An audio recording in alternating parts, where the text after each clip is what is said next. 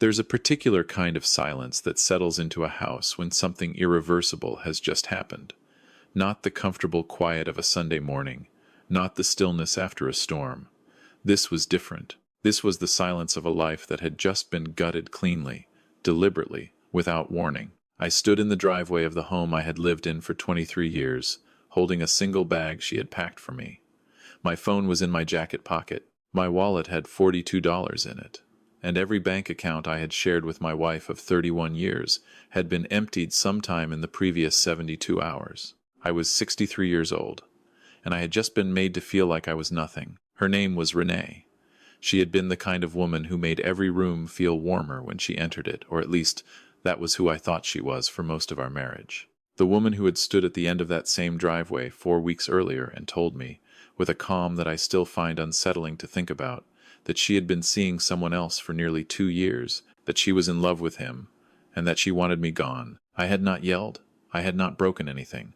I had asked her if we could talk, really talk, and she had looked at me the way you look at a used appliance before you put it out on the curb. "There's nothing to talk about, Gerald," she said. "I've made my decision, Gerald." She had called me Jerry for 31 years.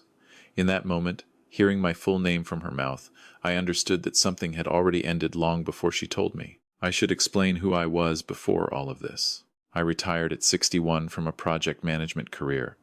I had spent nearly 4 decades building infrastructure contracts, mostly the kind of work that keeps roads and water systems functioning, the kind of work that nobody notices until something goes wrong. Renee had worked as a dental office manager for years, and then, when our kids were grown and she said she wanted to try something new, I had supported her decision to stop working entirely. We weren't wealthy, but we were stable. The house in Barrie was paid off. We had a joint investment account, a joint savings account, a joint checking account, and 2 separate RRSPs that had been accumulating for years. I had trusted her with all of it, not because I was careless, but because that was how we had always done things. Equal partners, open books, or so I believed. Our daughter Melissa lives in Toronto. Our son Paul is out in Kelowna. They both knew their mother, and I had been struggling. I had told them as much when things started to feel strained about a year before, but neither of them knew the extent of what had been building. I had not wanted to alarm them. I had thought, right up until I couldn't anymore, that Renee and I would find our way back to each other. I was wrong about that. I was wrong about a great many things. The night she told me to leave, I drove to a motel on Dunlop Street and sat on the edge of a bed that smelled like industrial detergent and stared at the wall for what I think was about 2 hours. I didn't cry. I wasn't capable of it yet. I was somewhere beyond crying in that numb, pressurized space where your mind refuses to process what your body already knows. I opened my banking app at around 11 that night. I don't know exactly what made me do it. Some instinct, maybe. Some small, quiet voice that had been trying to get my attention for longer than I'd admitted to myself. The joint checking account had a balance of $61. The joint savings account showed 0. The investment account, the one we had built together over 22 years, the one that was supposed to carry us through retirement, showed a balance. I had to read 3 times before I accepted it. It had been partially liquidated. What remained was less than a quarter of what had been there 4 days earlier when I had last checked. I sat very still for a long time. Then I called the bank's after-hours line, and a young man with a patient voice confirmed that yes, a series of transfers had been authorized over the previous 3 business days, all of them initiated by the joint account holder, all of them legal, all of them gone. "Is there anything else I can help you with tonight, sir?" he asked. I told him no. I thanked him. I hung up and I sat in the dark of that motel room and I thought about 31 years. I thought about the house in Barrie. I thought about Melissa's wedding, which Renee and I had paid for together 6 years ago. I thought about the camping trip we had taken to Algonquin the summer before things started to unravel, how she had laughed at something I said around the fire, how I had thought in that moment that we were going to be all right. I had been sitting on a table, not a chair, and the whole time I hadn't realized the table was already being folded up beneath me. I did not sleep that night. In the morning, I called a lawyer. I want to be clear about this because I know the temptation in a moment like that is to call the person who hurt you and demand answers, to show up at the house, to make them look at what they've done. I understand that impulse. I felt it. But somewhere in those sleepless hours, I had arrived at a decision. I was 63 years old. I was not a young man with time to waste on scenes that would cost me everything and gain me nothing, and the first thing I needed was someone in my corner who understood the legal terrain. My lawyer's name is Bergstrom Hal Bergstrom, a semi-retired family law specialist I had met years ago through a colleague. I reached his voicemail at 7 in the morning and left what I can only describe as a very controlled message. He called me back within the hour. What Hal told me over the next 40 minutes was not comforting, but it was clarifying. In Ontario, joint accounts present a complicated legal picture. The funds in them are accessible to either party, and transfers made before separation proceedings are formally initiated exist in a gray area that courts examine on a case-by-case basis. The investment account liquidation was more actionable, particularly because it had occurred during what could be demonstrated as the breakdown of the marriage, and because some of those funds could be traced to assets accumulated during the marriage. "This isn't over," Hal said. "It's messy. It's going to take time.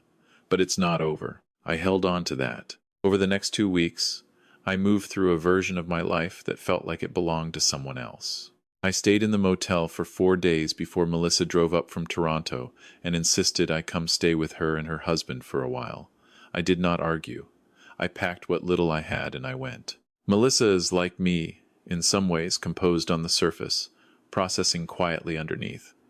She didn't pepper me with questions. She set up the guest room, made sure there was food in the house, and let me be. But I could see, in the careful way she moved around me, that she was frightened. Not of me. For me. Paul called from Kelowna. He was less composed than his sister. He wanted to know where his mother was, what she was doing, who this other man was. I told him what I knew, which was not very much. Renee had been careful. Whatever she had built with this other person, she had built it in the spaces I hadn't thought to look. I had learned his name by then, Douglas. That was all I knew.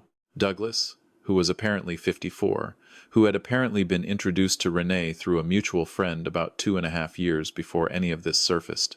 I didn't know what he did. I didn't particularly want to know. What I found myself thinking about, in the quiet of Melissa's guest room, was not Douglas at all, but rather the question of when exactly the woman I had married had become someone capable of doing this methodically, because that was what kept returning to me. The method of it.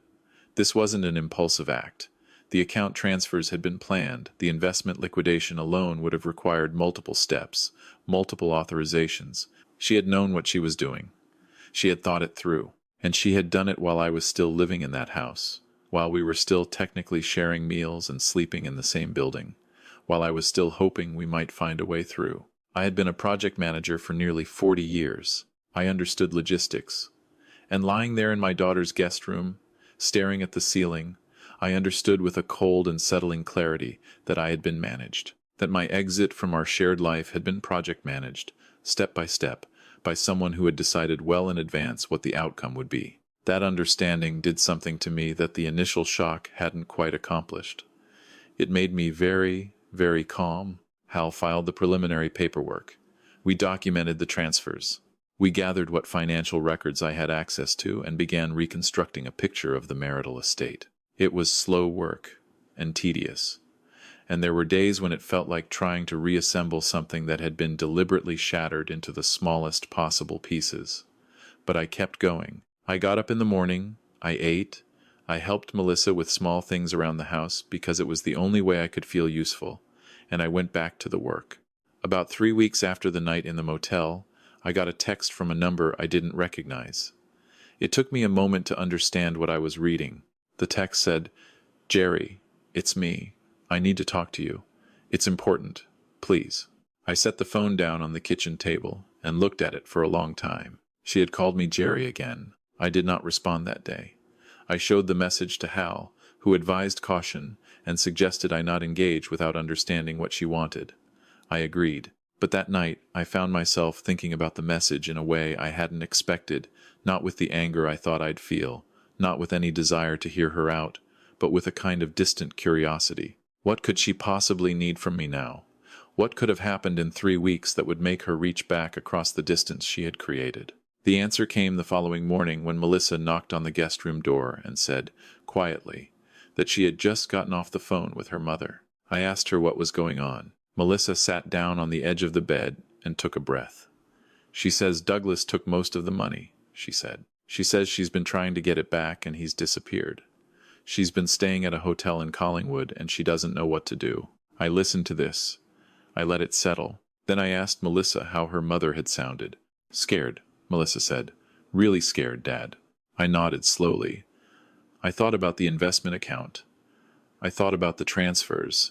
I thought about the careful, methodical project management of my own removal from a life I had spent 31 years building. And then I thought about something Hal had mentioned in passing during one of our early conversations, that in cases involving third parties who benefit financially from marital asset transfers, there were sometimes additional legal avenues worth exploring. Tell her I'll call her, I said. Melissa looked at me carefully. Are you sure? I'm sure, I said. I need to hear it from her directly. The call lasted nearly 40 minutes. Renee's voice was nothing like the voice that had told me there was nothing to talk about. It was smaller. It was cracked at the edges. She told me that Douglas had convinced her, over months of careful persuasion, that moving the money into an account in his name would protect it during the divorce proceedings, that it was a common thing people did, that it would keep it safe from legal fees and complications. She said she had believed him. She said she had trusted him. I let her finish. Then I sat quietly for a moment. Renee, I said, you authorized those transfers. I know, she said. I know I did. Jerry, I'm not interested in relitigating the last 3 weeks, I said. I need you to understand something. Whatever happened between you and Douglas is a separate matter from what you did to our accounts. Those are two different things. She was quiet. I'm going to send you Hal's number, I said. Not because I think what you did was all right. I don't.